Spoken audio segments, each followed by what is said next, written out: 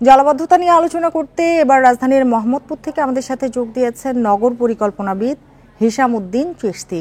জনাব হিশাম উদ্দিন চিশতি, আপনাকে স্বাগত জানাচ্ছি ইন্ডিপেন্ডেন্ট টেলিভিশনে। যেটি জানতে চাচ্ছি, আপনি দেখেছেন কয়েক ঘন্টা বৃষ্টিতেই কিন্তু আজকে ডুবে গেছে রাজধানী ঢাকা। টানা বৃষ্টি হলে রাজধানীর বেশিরভাগ এলাকা ডুবে যাওয়াটা স্বাভাবিক ঘটনা হয়ে দাঁড়িয়েছে কিনা? এখন জন্ম সনদ দিয়ে খোলো বিকাশ স্টুডেন্ট অ্যাকাউন্ট, নিজের বিকাশ নিজে কর। ধন্যবাদ আপনাকে। স্বাভাবিক ঘটনা তো এটা না বটেই, তবে আমার প্রথম ইয়ে হলো যে আসলে আমাদের সমস্যাটা হয়েছে কি, আমাদের পৃথিবীর একটা বিরাট অংশ এখন কিন্তু পানির স্বল্পতায়, মানে আমরা যেটাকে ওয়াটার স্ট্রেস বলি, সেটার মধ্যে আছে। পানি তারা পাচ্ছে না। আর আমাদের এখন হয়ে গেছে, আমরা যেটাকে বলি অনেকটা মধুর সমস্যার মতো, যে পানির মতো একটা রিসোর্স আমাদের এত বেশি, আমরা কিভাবে এটাকে ম্যানেজ করব সেটা বুঝতে পারছি না। হ্যাঁ, তো আমাদের সমস্যাটা হয়ে গেছে এখন মানে উল্টা আর কি। এখন এটা মূল ঝামেলা যেটা, মানে গোড়ার জায়গাটা যেটাতে আসলে আমাদের অবকাঠামো এবং আমাদের নগরায়নটা আমাদের প্রকৃতি বিবেচনা করা হয়নি, আমাদের আমাদের আবহাওয়া জলবায়ু বিবেচনা করা হয়নি। হ্যাঁ, আমরা পুরোপুরি ড্রেন নির্ভর হয়ে গেছি, এবং এই যে মানে কংক্রিট ড্রেন আমরা যেটা বলি ম্যান মেড, আমাদের কিন্তু ব্যবস্থাটা মানে প্রাকৃতিক ভাবে যদি বলি, আমাদের কিন্তু পানি অপসারণটা খুব সহজই ছিল আমাদের। হ্যাঁ, কিন্তু আমরা এমন ভাবে নগরায়নটা আমাদের এমন ভাবে হয়েছে যে আমরা এখন একটা বিড়ম্বনা তৈরি করছি। আমি আপনাকে জাস্ট উদাহরণ দেই, যে যেমন ধরেন খাল যেগুলি আমাদের, হ্যাঁ, পুকুর যেগুলো ছিল, এগুলো কিন্তু আমরা অবাধে ভরাট করেছি একটার পর একটা। নিচু জায়গাগুলি কিন্তু আমরা অবাধে ভরাট করেছি।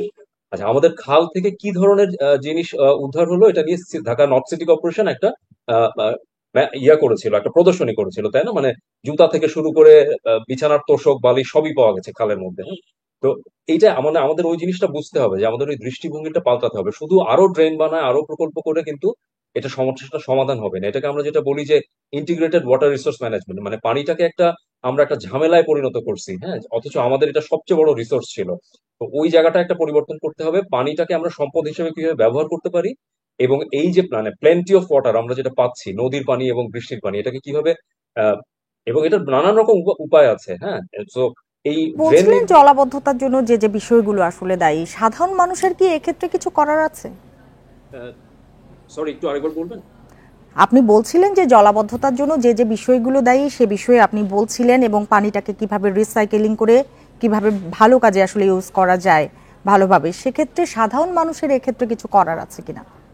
সাধারণ মানুষের তো অবশ্যই করার আছে, কারণ আপনি দূষণ, মানে আমরা যেটা যে দূষণটা যে করছি, মানে যে একদিকে দখল, খালের দখল, হ্যাঁ, এবং আরেকদিকে দূষণটা কি আমাদের যে বর্জ্যগুলো আসছে, আপনি যদি সিটি কর্পোরেশন যখন পরিষ্কারের কাজও করে, আহ, এগুলো কিন্তু সাধারণ আমরা কিন্তু আমরাই ফেলছি। আমাদের বাসার ময়লা, আমাদের দোকানপাট, অফিস আদালতের ময়লা, এই কঠিন বর্জ্য যেটাকে আমরা বলি, এই কঠিন বর্জ্যগুলো কিন্তু আমরা ড্রেনে ফেলছি। মানে ড্রেনটা আমাদের কাছে অনেকটা হয়ে গেছে বর্জ্য ফেলার জায়গা, আসলে তো ওটা পানি যাওয়ার জায়গা হওয়ার কথা ছিল। হ্যাঁ, তো এই যে মানসিকতায় পরিবর্তন, এটা কিন্তু একটা বিরাট জায়গা। হ্যাঁ, এবং আরেকটা জিনিস যেটা, সেটা হলো যে আমাদের ওই যে বারবার বলছিলাম যে আমাদের সাধারণ মানুষের তো অবশ্যই আছে, কিন্তু মানে ইনস্টিটিউশনালি, মানে যারা এটা ম্যানেজ করে সিটি কর্পোরেশন থেকে, তাদের অ্যাপ্রোচেও কিছু চেঞ্জ দরকার। মানে আমাদের কিন্তু লোকালাইজ রিটেনশন বা ডিটেনশন বলি আমরা, যে স্থানীয়ভাবে ছোট ছোট জায়গায় কিন্তু আমাদের পানি ধারণের জায়গা লাগবে।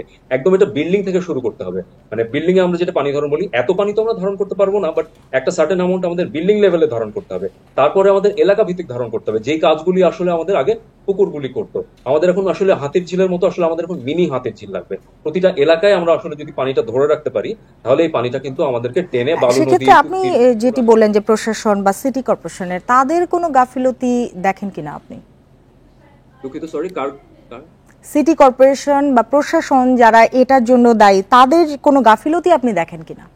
গাফিলতি মানে কি জিনিসটা আসলে যে সমস্যাটার সমাধানটা ইন্টিগ্রেটেড হচ্ছে না। হ্যাঁ, মানে একজন এটা যদি সমন্বিত আমি যদি বলি ব্যবস্থাপনা, সমন্বিত পানি ব্যবস্থাপনা যেটাকে আমরা বলি, এবং এখন শুধু পানি দিয়ে হবে না, আমাকে বর্জ্য সাথে নিতে হবে। তার মানে কি, আমি একটা খাল পরিষ্কার করে আসছি, ওটা আমার 2 মাস পরে আবার ওটার একই রকম দখল দখল এবং দূষণ। হ্যাঁ, তো ওইটাকে আমার তো প্রিভেন্টিভ মেজারটা নিতে হবে। তো আমি একটা জিনিস পরিষ্কার করে আসলাম, এখন আমি যদি চিন্তা করি যে না, আমি ঠিক আছে পরিষ্কার করে আসলাম, আবার নেক্সট বর্ষার আগে আমি নিব, প্রকল্প নিব ওটা পরিষ্কার করার, তো এই 12 মাসে তো ওটার এমনিতেই ওটার 12টা বেজে গেছে, তাই না? সো ওইখানে ওই অ্যাপ্রোচটা ওখানে চেঞ্জ করতে হবে, যে আমার ওটা যেন পরিষ্কার করে আসলাম, ওটা যেন পরিষ্কার থাকে, এবং ময়লাটা যেন না ফেলা হয়, সেটা যদি নজরদারির ব্যবস্থা করা হয়, যদি সেটা যদি মানে মনিটরিং এর ব্যবস্থা করা হয়, এবং মানুষকে সচেতন করা, সামাজিক ভাবে একটা আন্দোলন এবং প্রতিরোধ তৈরি করা, এটার মাধ্যমে আসলে সমন্বিতভাবে যেতে হবে। সমন্বিতভাবে কাজ করতে হবে এবং তদারকিটা ঠিকঠাক মতো করতে হবে। জি, হিশামুদ্দিন চিশতি, আপনাকে অনেক ধন্যবাদ আমাদের সময় দেওয়ার জন্য এবং আমাদের সাথে যোগ দেওয়ার জন্য।